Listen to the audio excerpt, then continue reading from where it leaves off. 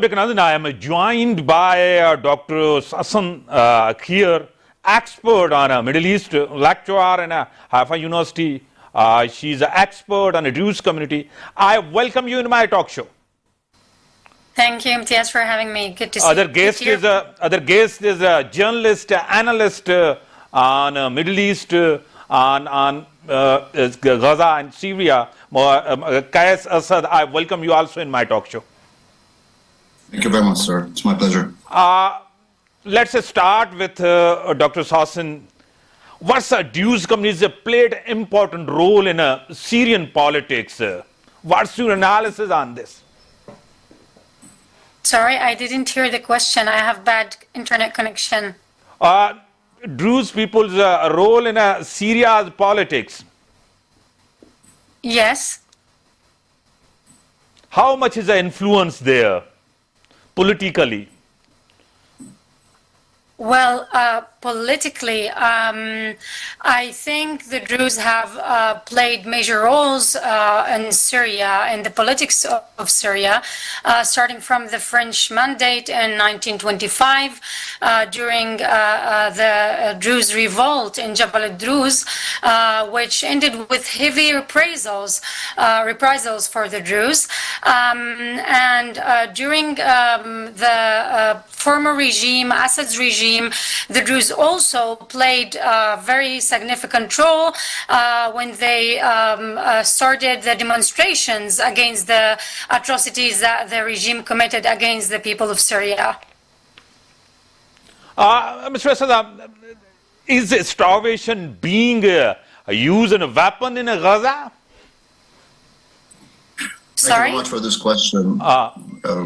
I think the question is addressed to me. I'm really sorry. Yeah, well, that's really what the UN and the UN agency are actually highlighting since the past few weeks in Gaza.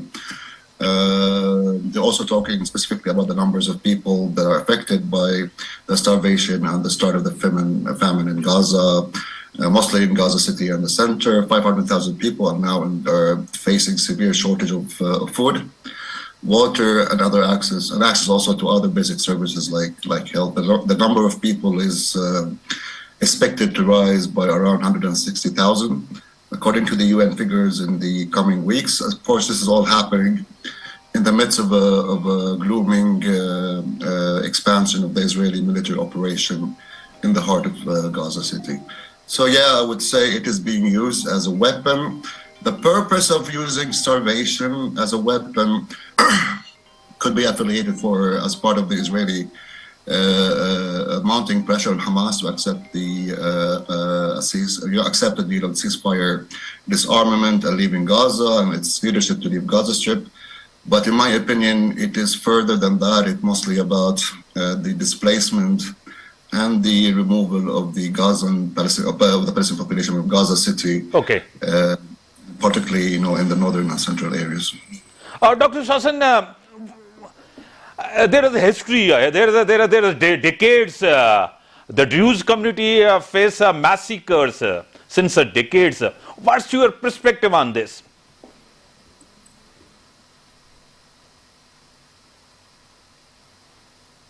Dr. Sasan, can you hear me? Dr. Sasan, can you hear me? How is the world responding to the Gaza suffering? Well, unfortunately, there has been a lot of words and condemnation to the increasing, mounting, humanitarian crisis in the Gaza Strip. But they were not attached with accountability measures and also with actions on the ground. Most importantly, the allowing of access of goods and aid to the affected population in the Gaza Strip. As you know, Israel controls all the border access and the border networks in Gaza, including also the Rafah crossing. And also, there has been a lot of restriction on the work of UN agency and aid organizations in Gaza itself. So I don't think there has been a tangible international actions to kind of try to overcome the future crisis. And unfortunately, we're seeing more and more people being affected by the famine and the hunger. Sadab, how Arab-Israel normalizations weaken the Palestinian cause? Well, it didn't weaken the Palestinian cause. I think it was not really coordinated in a way that would definitely benefit the Palestinian cause on a long-term strategic matter. Normalization is not the problem. The problem is that normalization should have been attached to a tangible change on the ground and also a real progress in the Palestinian-Israeli peace process regarding borders, regarding sovereignty, regarding control of land and resources. Unfortunately, this has not been, and of course, rights. This has not been the case. My worry is that normalization is becoming more and more detached from solving the Palestinian-Israeli conflict, and now it's being very much focused on the proxy conflict in the region, primarily between the Sunni and the Shia powers, and most importantly, also of course the Western and of course the Eastern influence of the geopolitics of the world today. How much influence does Iran have on Palestinian politics? Well, Iran has been supportive of Palestinian militant factions since a long time, but it's not been really part of the Palestinian faction were not really part of the ideological, influence of Iran. This has been clear, particularly in terms of Hamas's position during the Syrian revolution against the Assad regime, where most of its leadership were kicked out of the country just because they were supportive of the of the revolution and the uprising of the Syrian people uprising. Still, Iran has a great influence in terms of the military wing of Hamas, but in terms of the ideological relationship, I think it's not really that large and that huge. I would say Hamas has always identified itself as a national Palestinian movement with an Islamist background, and therefore it was trying to navigate its political relationship in the region according to that stance. Thank you for joining me today.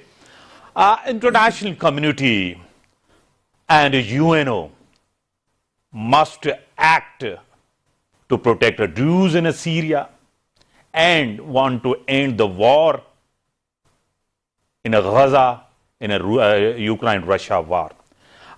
Thank you for watching me today. Stay safe, good night and take care.